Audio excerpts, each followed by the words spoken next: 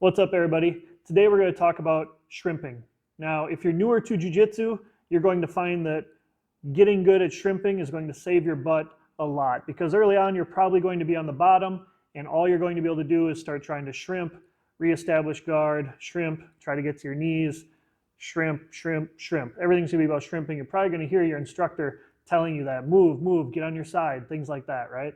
And so when you're on the bottom, unless you're playing guard, you don't want to be on your back at all. You want to be on your side, and that's where shrimping can really come in handy, all right? So I like to teach shrimping in a few different directions, so we're going to go over my favorite ones right now. Okay, so the first style of shrimp is kind of the basic one that you see everybody do. If I'm traveling down the mat, I'm going to be leading with my head. That's the direction I'm going to be going. You can also do it just in place on the mat, switching sides back and forth. But whenever I'm shrimping, the key here is to not being flat on my back. I want to be on my side. And that's important because your body can move much easier when you're on your side versus when you're flat on your back. You're flat on your back, there's more friction, it's harder to move around, people can pin you down. When you're on your side, you're more mobile. Even when people have weight on you, you can still move around a lot easier. You can also handle more weight. It's not going to kind of crush your lungs and take the breath away from you. When you're on your side, you can deal with a little bit more weight and pressure there. So from here, I'm using my toes on the mat, very important here, my top leg. And I want my knee to be pointing up towards the ceiling. And this is really just a good habit to get into. If I'm in a position where I'm trying to defend a guard pass, I want my knee to be pointing up to make it a little bit more of a strong post here to try and defend the guard pass. I see some people shrimp and they collapse the knee and they push off to shrimp right here. And this will be a bad habit that will kind of promote you to leave your legs collapsed like this. It's going to make it much easier for people to get around your guard and pass right there. So I'm always trying to keep this knee up, and that's going to make it more of a powerful position when you're using this later on. So from here, my weight is on my toes, on my top leg, and my shoulder right here. And what I can do now is I can lift my hips. I can take the weight off my hips and I can move my hips around a little bit. All right? And that's what we want. I don't need to lift my hips very high. I just need to take the weight off them. And that'll make it so my hips can glide across the mat a bit easier. So toes on the mat, that's another important part. Anytime I'm pushing off on the mat, I want to be pushing off on the toes. I don't want to push with the heel because you're going to slide. If you're pushing with the toes, you're going to get a lot more grip right there. All right? If you're going to be pulling, and this is something we'll do in a little bit here, then you're going to use the heel to pull yourself. But if I'm pushing off with the toes. All right? Top leg is behind the bottom leg. I don't want to be shrimping like this. It'll be right here. And the key here is I want to fold at the hip joint. And my shoulder's not going to move anywhere. It's going to be a pivot.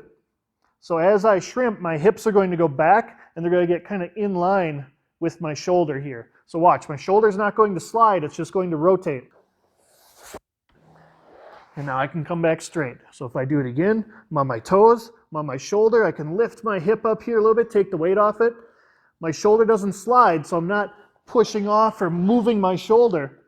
I'm moving my hip. My hip comes back, so it's kind of in line with my shoulders here. And we can always pull ourselves back to the same position right here. Now, if I was doing the other side, I would turn right here. You can see I'm on my toes, and when I push off here, I'm going to lift my hips a little bit. The hips are going to slide back and kind of get in line with my shoulders here. And then I can pull back. And so when you're doing this in place, you can go 1, 2. You can go back and forth. Boom. Working that shrimp side to side right there. And that's a good exercise you can do even if you don't have a lot of space, just to practice that shrimping right there, is going back and forth, back and forth. A variation of that one is now the bump and shrimp. And this is the same kind of idea here, except now I'm starting flat on my back. I'm going to put both of my feet on the mat close to my butt. I'm going to bridge my hips up over my shoulder, in this case to my right, and now I'm going to turn that right into a shrimp. And now I can pull back in, okay? So I'm not bridging straight up here, I'm bridging over my shoulder, and now with my hips still in the air, I'm going to turn it into a shrimp, right there, okay? And you'll use that when you're escaping some positions, somebody's on top of you in side control, you need to bridge into them to create some space, and now you can drop down into your shrimp and start bringing that bottom knee in to escape side control. So you can work on that kind of bridge and shrimp as well. Bridge, shrimp, back to the center. Other side, bridge, shrimp, back to the center. Bridge, shrimp. All right, so you can work on that back and forth right there as well. The last little piece that I always say about the kind of traditional shrimp is your arms. So early on, people will reach for their toes to try to get used to folding at the hip. Once you're comfortable there, I like to work on different arm positions that are going to be good habits later on. Now, one that I really like doing is when I shrimp on my side, my top arm goes down kind of between my legs and to the inside of the top leg here. And my bottom arm is going to curl up to protect my neck. Now, this puts you in a good position later on for if somebody has side control on you and you're trying to escape and they're around towards your back. Now, if I did this wrong, if I went this way, where my top arm is around my neck, this gives them the opportunity to do the gift wrap. They can take the back. It also opens up my arms so they can work on kimuras, armbar attacks. If I'm in the gi, they can kind of pin the arm and start grabbing my lapel for bow and arrow chokes, things like that. So I want to protect and hide that arm, elbow in tight, arm to the inside of my leg, and my bottom hand is the one that's protecting my neck right here. So they can't get that gift wrap, and if they try to attack the collar, I could put my thumb inside if I'm in the gi and grab onto that lapel and kind of defend collar attacks right there. And from here, I can still move around and shrimp. If I make a mistake and they grab my arm to attack, I can always step over the top of that arm to reinforce it, and now I can still move and my arm is protected. So I really like to get into good habits of my arm positioning when I'm working my shrimps. And we do this at the beginning of every class. So if I'm on my back and I shrimp and I bring those arms into position right there to keep them in a defensive position. Oh. If I bridge and shrimp, oh. And just getting into that good habit. And then when you're switching sides, of course your arms have to switch sides as well. So now if we were going to shrimp down the mat, what it would look like is I would be switching left and right, and I would be leading with the head. So if I was over here,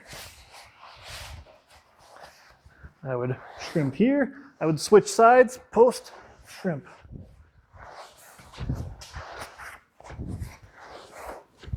You can see how I'm leading with my head as I'm going down the mat. Now if I do the same thing with the hand positioning, we'll go here.